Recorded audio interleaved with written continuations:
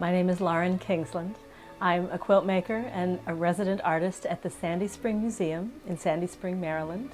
This museum is a local history museum that has artist-in-residence studios.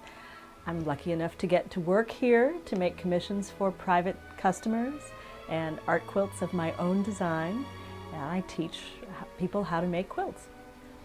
I bring to the Sandy Spring Museum a living example of a dynamic, ongoing, traditional American art form.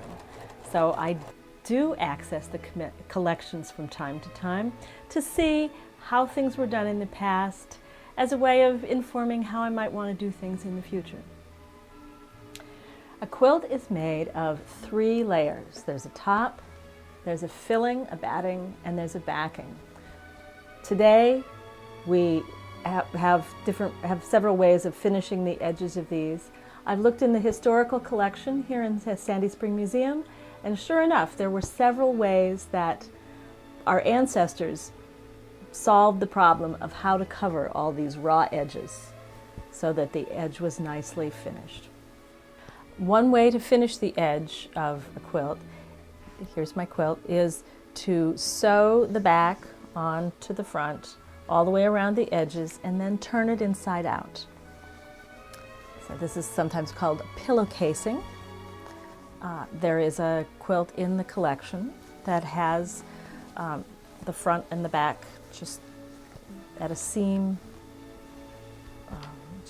just right up against one another like that, or like this. So here is a little pillow-cased quilt. After doing that sewing of the 2 layers together, I stitch this opening closed and then go back and do some quilting to hold all 3 layers together. Another way that the quilt traditionally has had an edge finish is to roll the back around to the front. There are pieces in the historical collection here at the Sandy Spring Museum that have the back rolled around to the front, and in that case the back needs to be a little bit larger than the finished quilt in the front, and finally the folded edge is stitched down either on the sewing machine or by hand, depending on the preference and whether or not the quilter has a sewing machine. This can be done by hand or by the machine. The third way to finish the edge of a quilt is to put a separate piece over the edge. In the historical collection, we have a quilt that has a piece of twill tape applied to cover the edge. In this case, this contemporary quilt has a separate piece of cloth that I have attached to the edge. You can see it's a completely different color and a completely different fabric.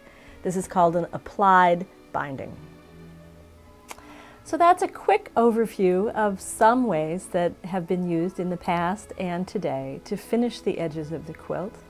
I hope that you will come by the Sandy Spring Museum, see the collection, visit the artists, and be inspired to learn from the past and move forward with your own version of a traditional activity.